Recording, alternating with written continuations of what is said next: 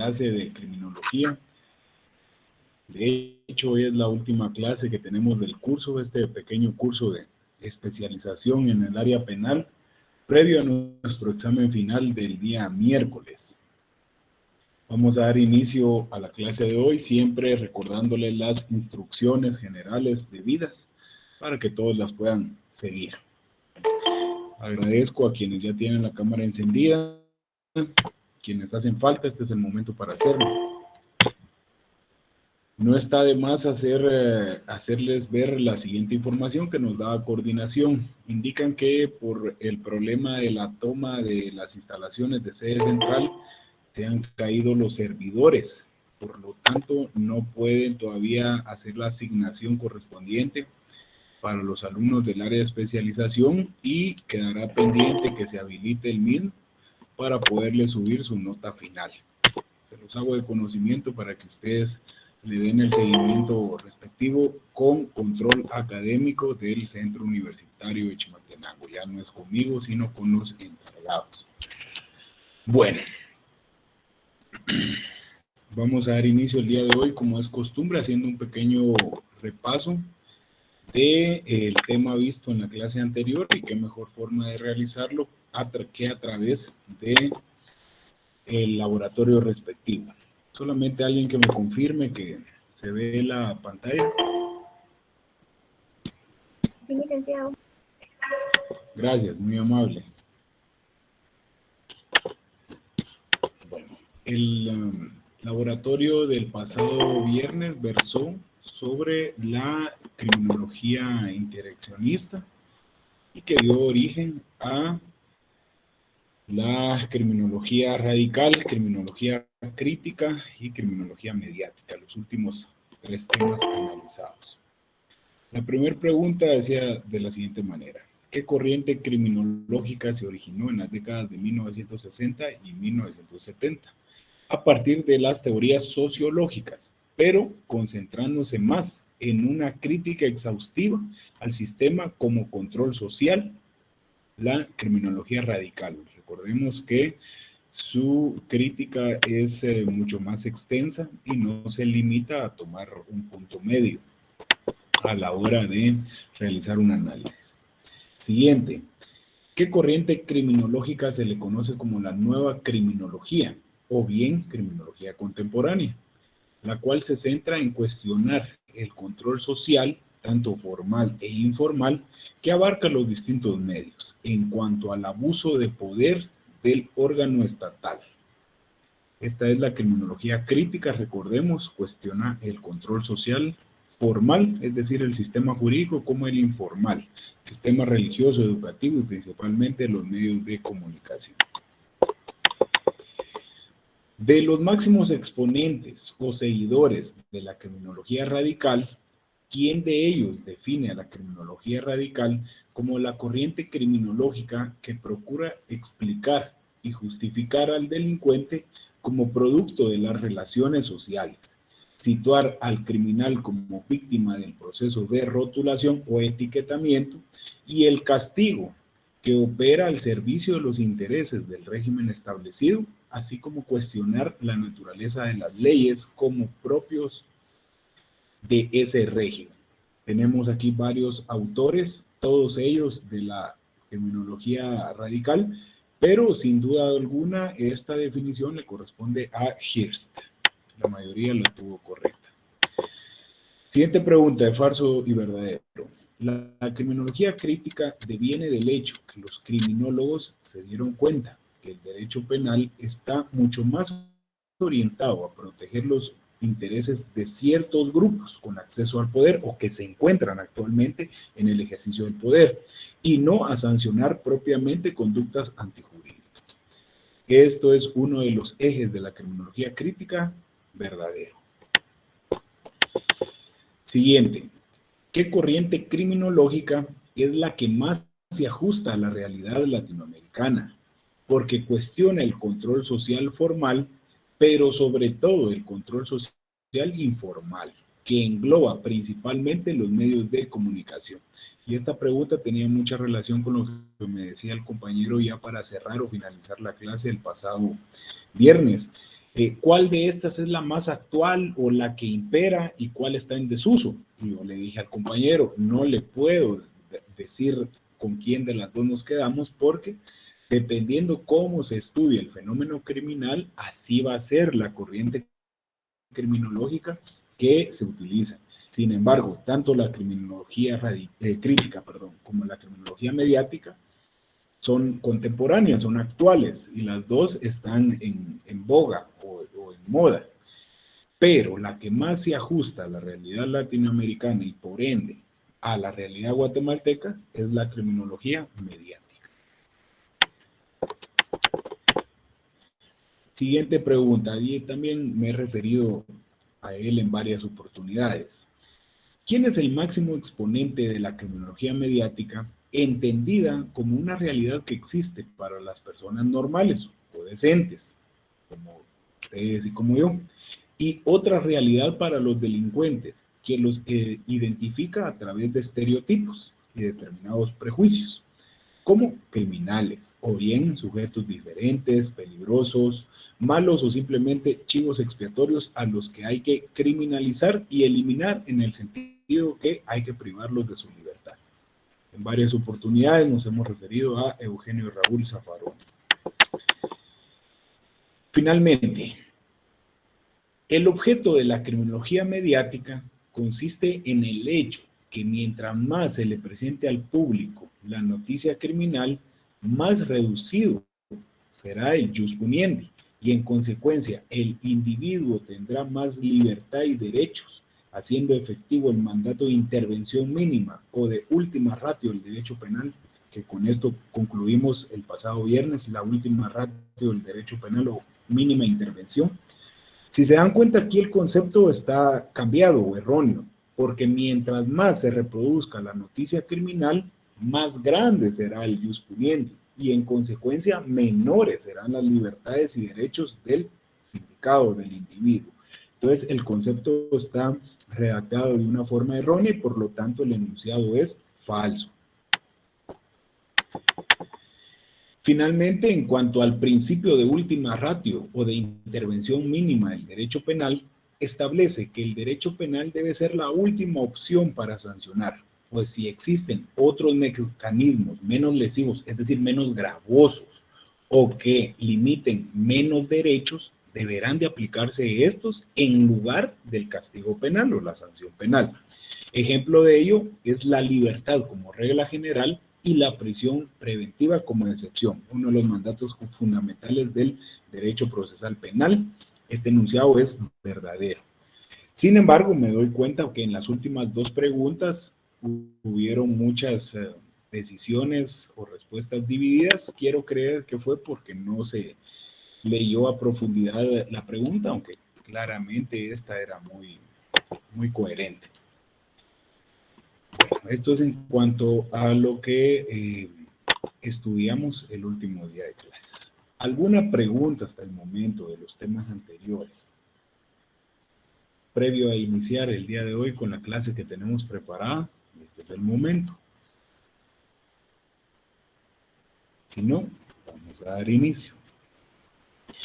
Bueno, hoy vamos a analizar el último punto o tema del programa, que es el número 7, sobre política criminal o criminológica. Son términos que son sinónimos, entonces hacen relación al mismo fenómeno. Vamos a analizar el día de hoy ese fenómeno.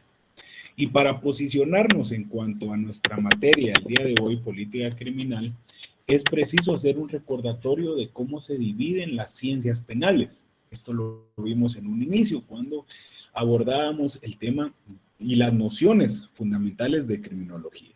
Pues las ciencias penales se dividen en dos: ciencias empíricas y ciencias normativas. Las ciencias normativas, como su mismo nombre lo indica, provienen de la norma, de la ley, de los códigos que regulan este tipo de procedimientos. Tenemos el derecho penal, cuya norma la hace efectiva el Código Penal principalmente y todas las demás leyes penales especiales.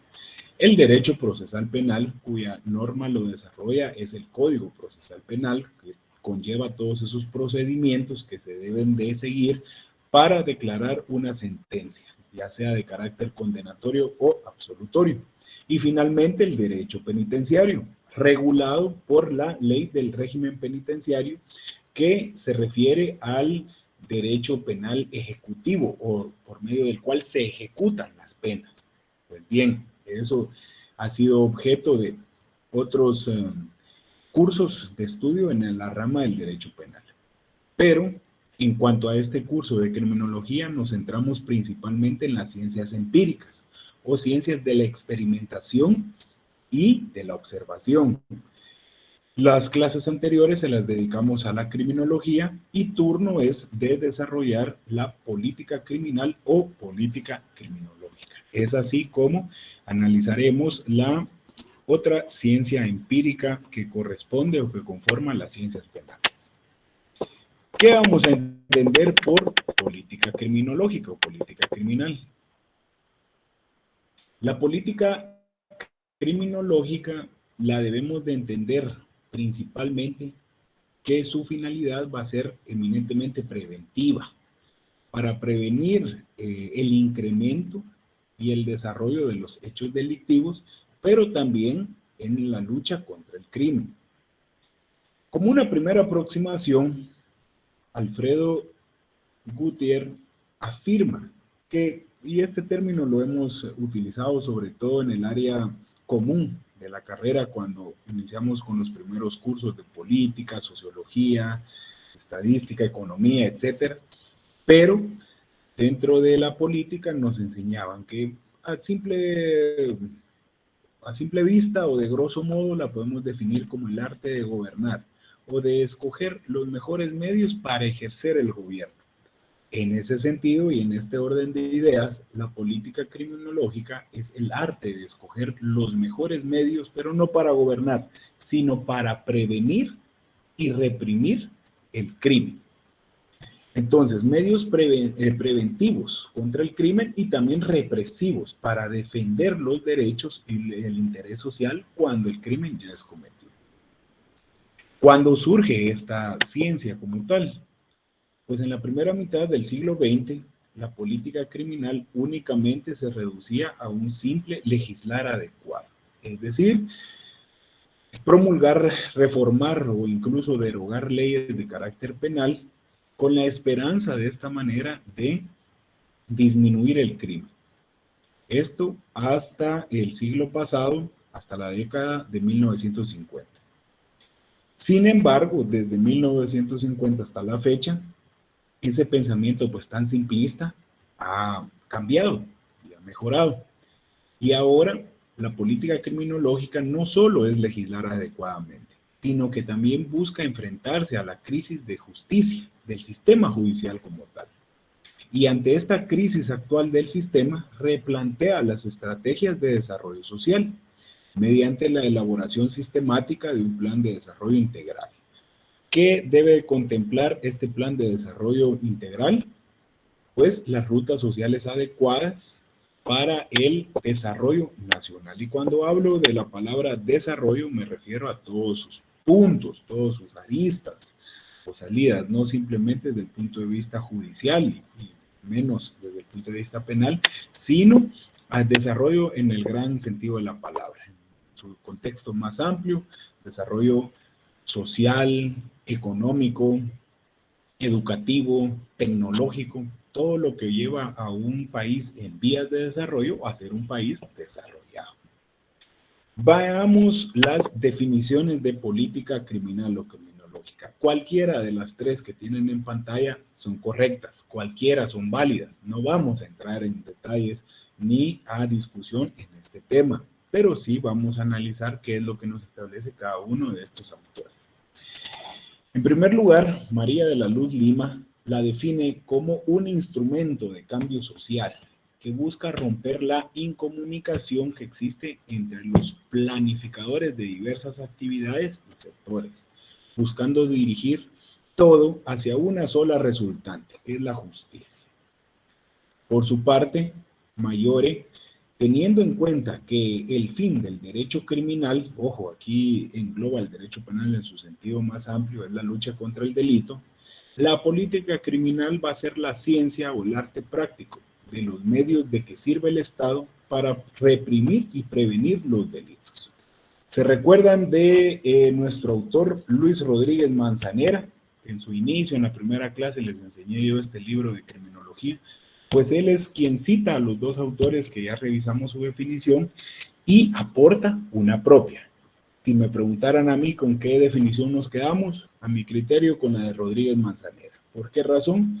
Porque define a la política criminal como la ciencia que tiene por objeto de estudio los medios de prevención de las conductas antisociales, recuérdense, conductas antisociales, y medios que le son propuestos por el resto de la enciclopedia de las ciencias penales.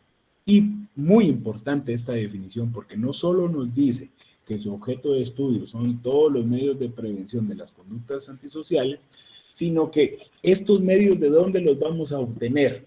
Pues de todos los aportes que realicen las ciencias que conforman la enciclopedia de las ciencias penales. Y aquí ustedes recordarán todas ciencias sociológicas que desde que se toman o desde que son utilizadas o acopladas a la criminología, se convierten en criminológicas. En un sentido, podríamos decir como ejemplo que todas las técnicas de medicina forense en determinado momento podrían coadyuvar a la prevención del delito. Veamos los antecedentes o puntos históricos de la política criminal como tal. César Beccaria, ¿se recuerdan del Marqués de Beccaria, que fue uno de los principales críticos al sistema inquisitivo de su época y propuso reformas que derivaron en el sistema procesal acusatorio? Pues él también dio muchos aportes en política criminológica. En el mismo libro en el cual hace la crítica, ¿cómo se llama este libro? De los delitos y de las penas. Aunque claramente no denominó de esta manera la política criminológica porque es un término muy reciente. Pero este delito, si bien es cierto a sus traducciones y con la simplificación o el resumen del caso, pero se puede encontrar acá en Guatemala, en las librerías jurídicas, está una versión simplificada del libro de César Beccaria de los delitos y de las penas. Se lo sugiero si quieren profundizar en este tema. Bueno, cuando hablamos de César Beccaria nos remontamos al siglo XVIII, bastante tiempo, siglo XVII, siglo XVIII, pero avancemos en la historia. Luego, Klinsrod fue el primero en utilizar el término de política criminal en 1793. Veamos pues que es un término no muy antiguo, tiene un poco más de 200 años de vigencia porque fue casi a finales o a inicios, mejor dicho, del siglo XVIII, que se le atribuyó este término, política criminal.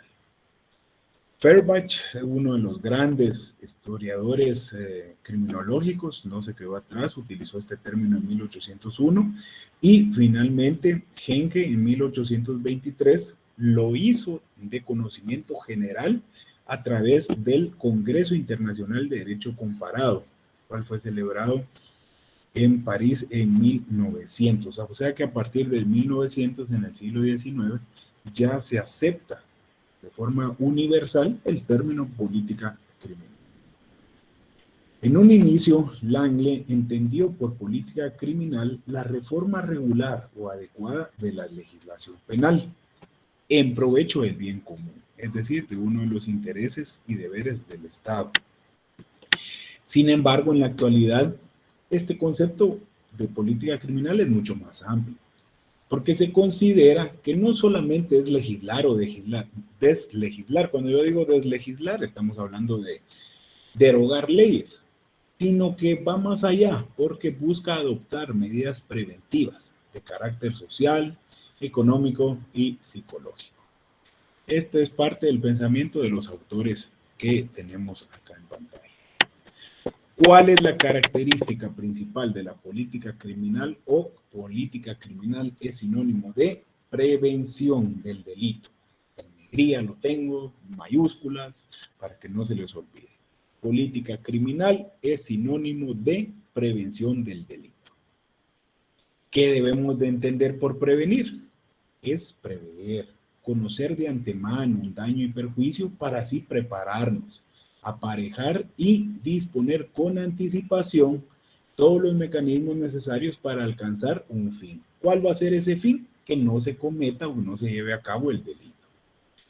Ahora bien, prevenir en materia criminológica es conocer con anticipación la probabilidad de una conducta criminal, una conducta antisocial, disponiendo de los medios necesarios para evitarla. Tenemos ahí una definición más de prevención del delito. Sin embargo, Rodríguez Manzanera, el autor de este libro, que ha sido nuestra base en todo este curso, él cita a Peter Leyens, y Peter Leyens es el autor o quien concibe que existen tres modelos o tres mecanismos de prevención. Rodríguez Manzanera lo acepta y lo explica de la siguiente manera.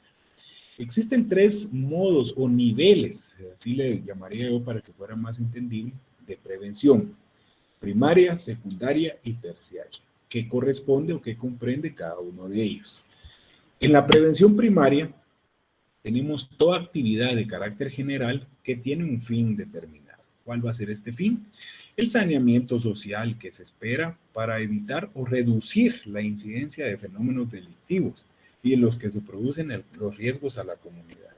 Importante, el delito como fenómeno social, es decir, que se da dentro de la colectividad, lleva inmerso que donde exista un conglomerado de personas que tengan relaciones sociales como cotidianas o diarias, lleva la particularidad que donde haya sociedad va a haber delito. No podemos eliminar el delito completamente. La política criminal que vaya aparejada o que vaya contemplada a eliminar el delito totalmente, esa no sirve porque no es realista. Lo que sí es muy factible es, como dice acá en la prevención primaria, reducir la incidencia, disminuir los índices o los niveles de criminalidad. Eso sí es posible. Entonces, tomémoslo en cuenta. Segunda, prevención secundaria. Es la que se ejerce sobre personas de las que se puede afirmar la posibilidad o probabilidad de cometer delitos o de adoptar un género de vida que les pueda hacer especialmente peligrosas. Entonces, aquí vemos que la prevención secundaria ya va destinada a las personas que tengan mayor o menor grado de probabilidad de cometer delitos por su especial característica y forma de vida. Y finalmente, la prevención terciaria es la que se propone evitar que las personas que ya han delinquido vuelvan a delinquir y persistan en una conducta antisocial. Entonces, estos tres niveles de prevención, veamos pues cómo se contemplan. En primer lugar, una prevención primaria que tiene carácter general, que busca reducir los índices de la criminalidad y de violencia en general. Segundo, prevención secundaria destinada particularmente a las personas que son más probables o con más posibilidades de cometer delitos, especialmente por su tipo de vida. Y finalmente la prevención terciaria, esta va destinada a personas que ya han delinquido. Su finalidad es evitar que vuelvan a realizarlo. Muy importante este tema de los modos de prevención. Veamos las principales corrientes que propulsan la política criminal y que todas van enraizadas a la finalidad que tiene la misma. Existe una política legislativa, una judicial y una penitenciaria. Si se dan cuenta, todas engloban el fenómeno criminal, pero desde distintos momentos. Vamos a ver con detenimiento cuáles son estos momentos. Primero, la política legislativa. ¿Por qué es uno de los momentos más importantes? Porque es en este momento en donde se va a promulgar las leyes.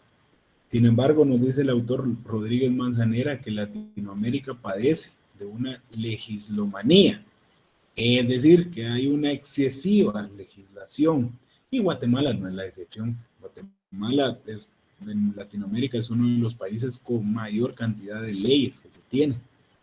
Y pues como profesionales del derecho debemos de conocerlas, lo cual es o resultaría muy difícil, pero sí tenemos que tener nociones básicas de cada una de ellas. ¿Por qué es que en Latinoamérica se sigue esta tradición o esta corriente? Ya lo he dicho en otros temas, y es que se tiene la creencia que para resolver X problema se debe de promulgar una ley, y se cree que con esto ya se resolvió el problema. Entonces, esto repercute en un excesivo número de normas o leyes, una excesiva normativa legal.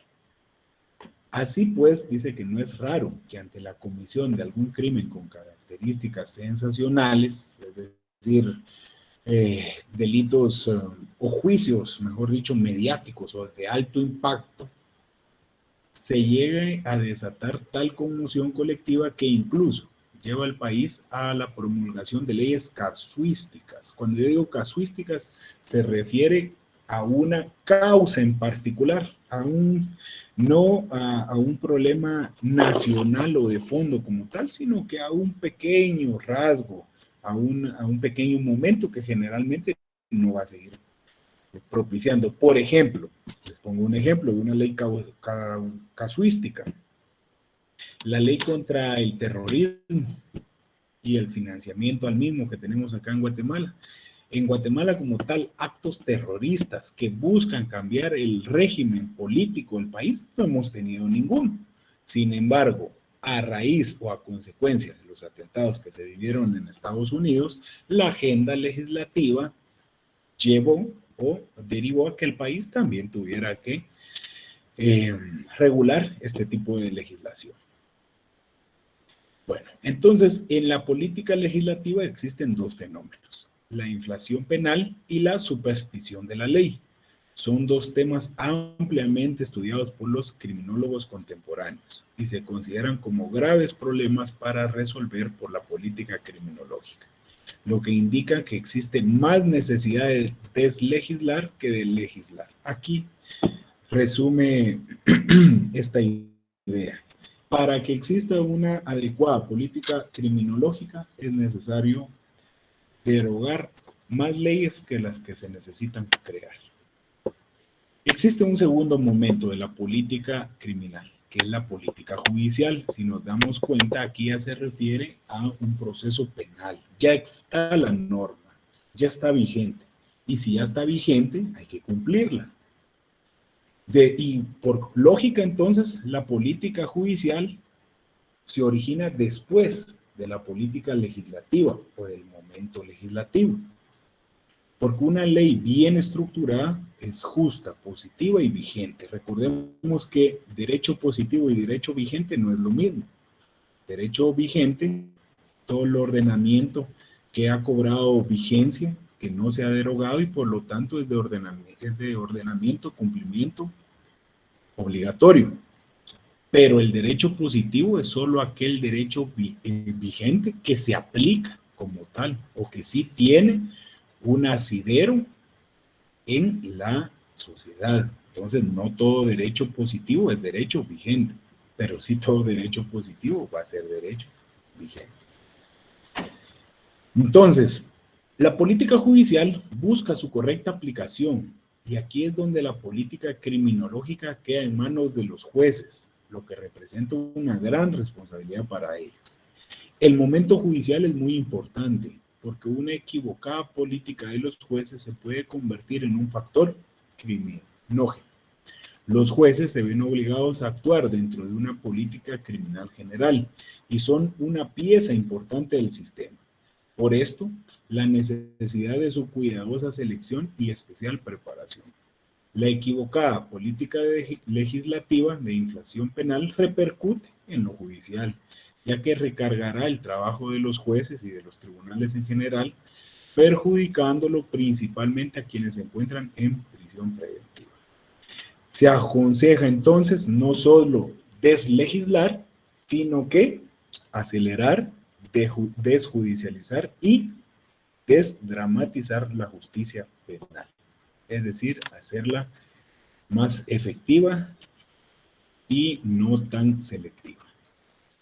Y por último, el último momento de la política criminal es la política penitenciaria.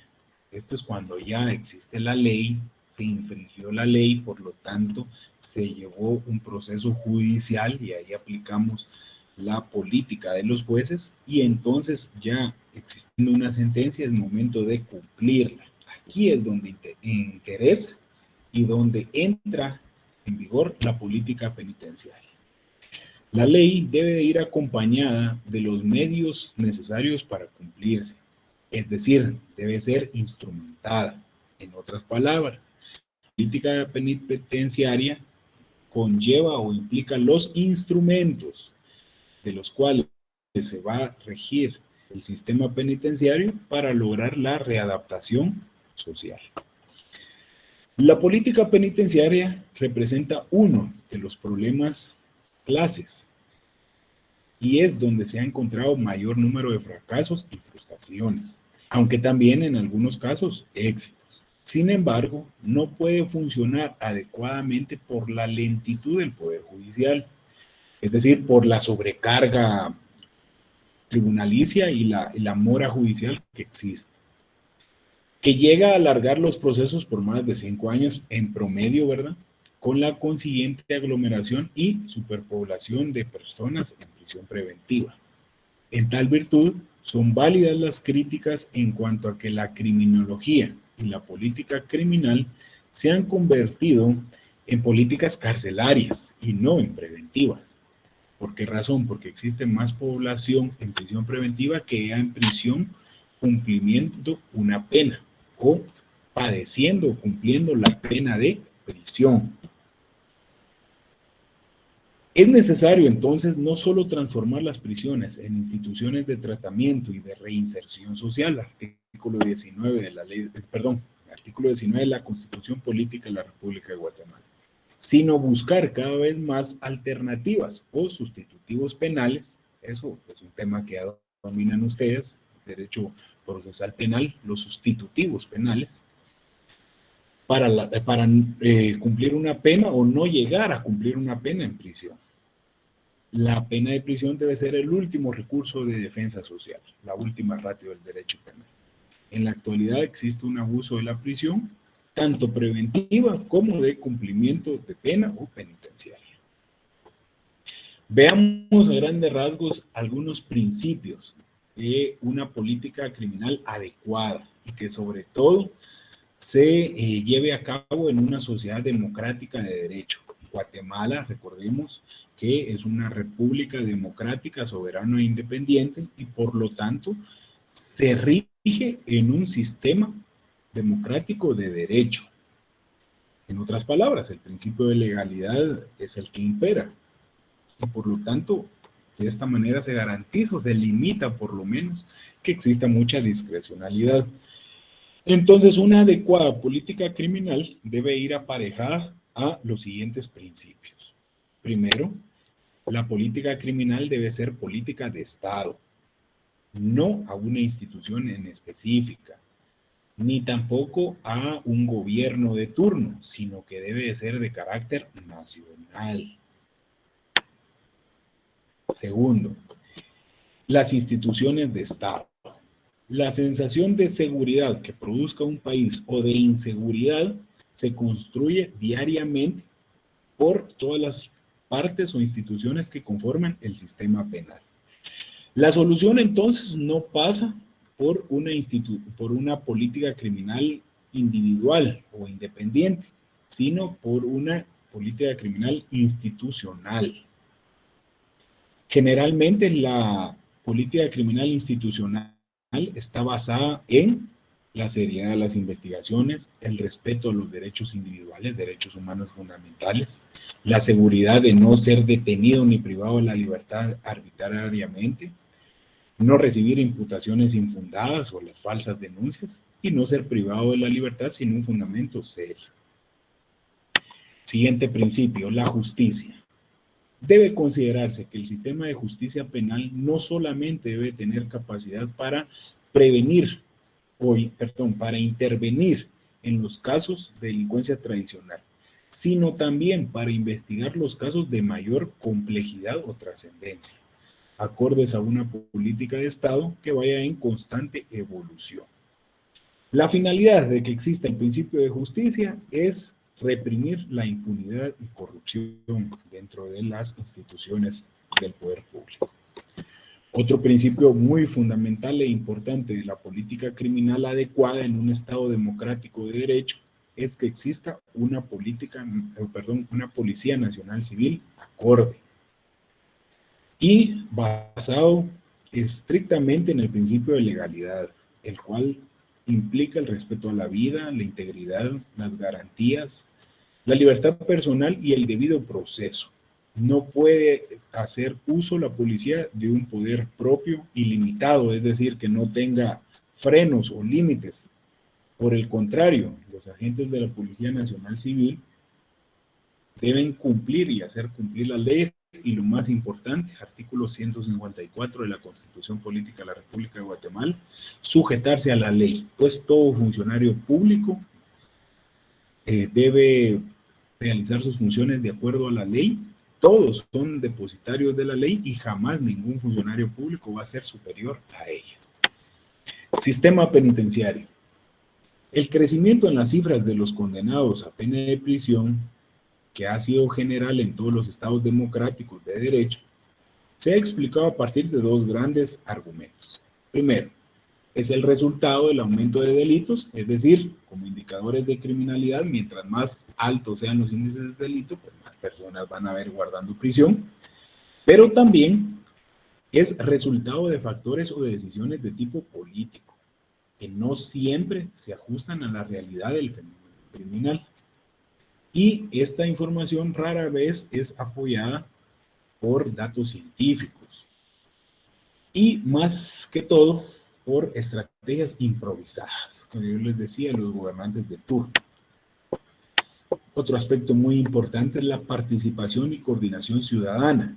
Debe procurarse involucrar a las organizaciones ciudadanas en la comprensión de la problemática criminal y de esta manera promover su participación, teniendo presente que la reacción solidaria es fundamental y que redundará en una importante contribución a la seguridad en el futuro de la sociedad.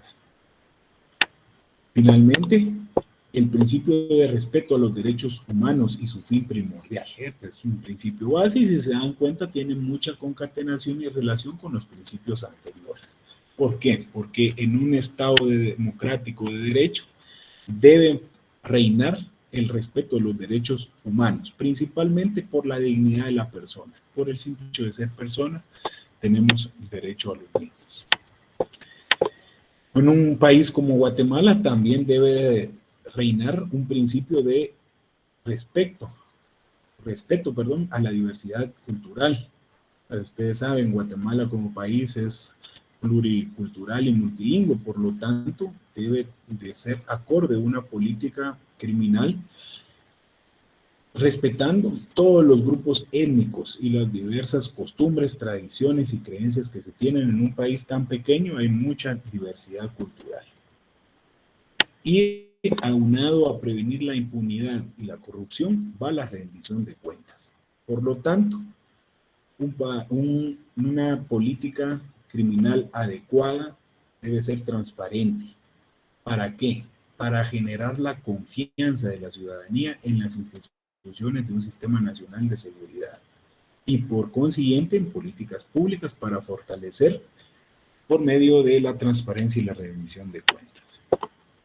Con estos principios anteriores, el Estado de Guatemala se dio a la tarea de iniciar o de crear una propia política criminal, pero con bases o con fundamento en la institucionalidad, es decir, que formen parte de todas las instituciones que tienen relación con el sistema judicial y no de carácter aislado como sucedía anteriormente al año 2015. En el año 2015 es cuando se reestructura, se reanaliza la situación y se crea la política criminal democrática del Estado de Guatemala.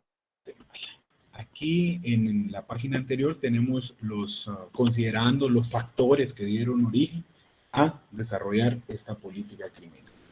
Aquí se los tengo en pantalla.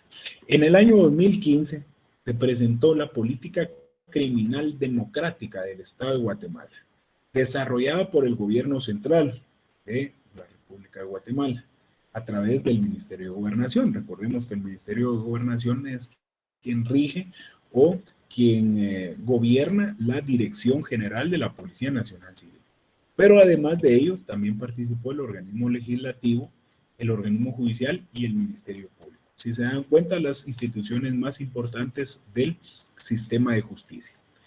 Esta política fue formulada bajo el criterio ordenador de la Constitución Política de la República de Guatemala y de todos los instrumentos pertinentes de derecho internacional y de derechos humanos suscritos por el país, así como el resultado de las consultas que se hicieron a los diversos actores sociales, religiosos, empresariales y de otra índole. Y lo más importante de esta política criminal es que no va a tener una vigencia de 4 años o del gobierno de turno, sino que va a ser el marco rector de estrategias hasta el año 2035. Importante, ¿verdad?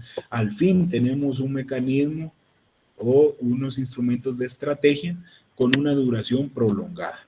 Si se dan cuenta, 20 años va a durar esta política criminal, que tiene una función esencial o principal. ¿Cuál es? Crear estrategias interinstitucionales para el abordaje articulado de los hechos y fenómenos criminales priorizados. Y de esta manera va a priorizar sobre 4 ejes principales. ¿Cuáles son? La prevención, la investigación, la sanción penal y la reinserción. Importante. ¿Cuáles son los ejes sobre los cuales versa la actual política criminal democrática del Estado de Guatemala? La prevención, la investigación, la sanción y la reinserción. Y si se dan cuenta, en ese orden debe de ser enfocada. Bueno, además, otra de las características de la política criminal democrática del Estado de Guatemala es que es inclusiva. ¿Qué significa esto? Que está orientada a atender las particularidades de la población más vulnerable, lo que yo les decía, debe ser multicultural. Entonces, cuando hablamos de poblaciones vulnerabilizadas, estamos hablando de los grupos más vulnerables, como por ejemplo, perspectiva de género, mujeres, o los niños, adolescentes, también la pertinencia cultural y lingüística de cada región del país, y sobre todo, y lo más importante, un enfoque victimológico y con pertinencia al derecho indígena y el respeto de las tradiciones y costumbres de esta población. Si se dan cuenta, un ejemplo del enfoque victimológico de la política criminal democrática del Estado de Guatemala actual es la creación del Instituto de la Víctima, donde a través de esta institución y otras reformas que ha tenido el Código Procesal Penal, se le ha equiparado o dado igual categoría o importancia al sindicado y a la víctima dentro del proceso penal.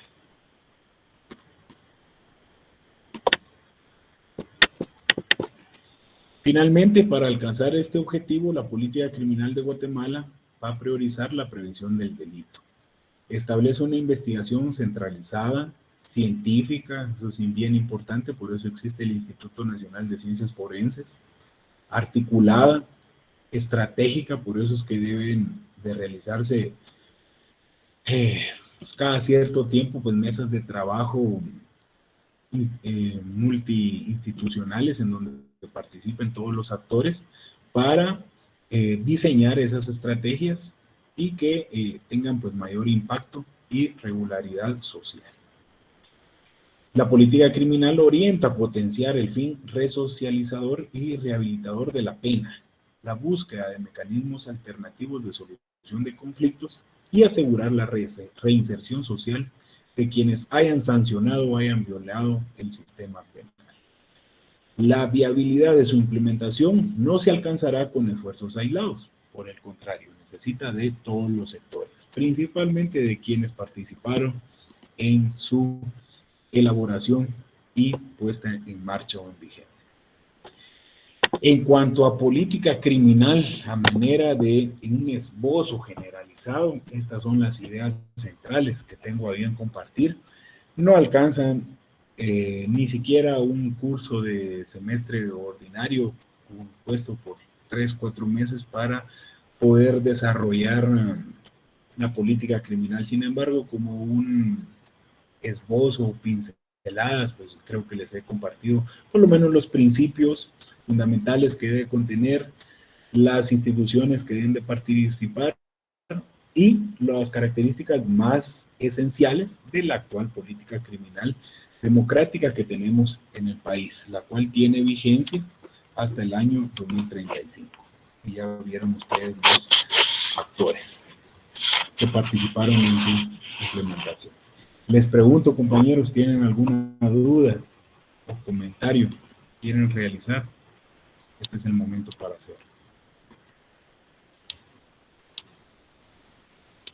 Bueno, no sin antes les recuerdo que para nuestro examen final viene el texto número 3, Criminología Crítica y Política Criminal, así como el último tema del texto número 2, que son las consecuencias de la criminología en el derecho penal. Recuérdense, ¿verdad? El último tema del texto número 2 que analizamos el día, que no estoy mal, viernes de la semana pasada. Yo les pregunto, ¿tienen dudas con respecto a los temas para el examen? ¿Alguna duda? El examen final será el día miércoles a las 8 de la noche. Les mandaré el enlace por el grupo de WhatsApp que tenemos y pues tendrá vigencia de 2 horas para poderlo realizar y de esa manera estaríamos concluyendo el curso. En un mes es muy rápido, muy acelerado abordar el tema de la criminología, sobre todo cuando a uno le apasiona este tema porque es visualizar el derecho penal desde otro punto de vista y no desde la clásica análisis o estudio que le podemos hacer a las normas, que eso generalmente lo que vemos cuando estudiamos derecho penal es agarrar el código penal y ver la parte general, la parte especial y el derecho procesal penal, cada una de las etapas. Aquí vemos cómo discutimos, cómo debatimos y reflexionamos sobre las leyes que ya están promulgadas en materia penal. Yo creo que no van a haber preguntas y les agradezco por su paciencia, por su atención y espero que me hayan podido seguir el ritmo en el desarrollo de las clases, que no los haya dejado más confundidos, sino que al contrario, ahí, aunque sea, les haya despejado ahí una pequeña duda.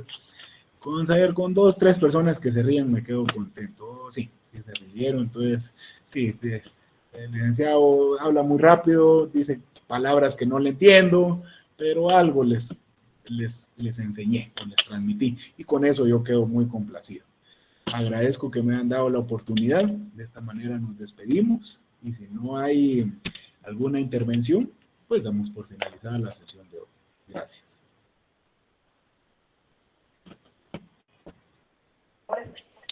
Muchas gracias.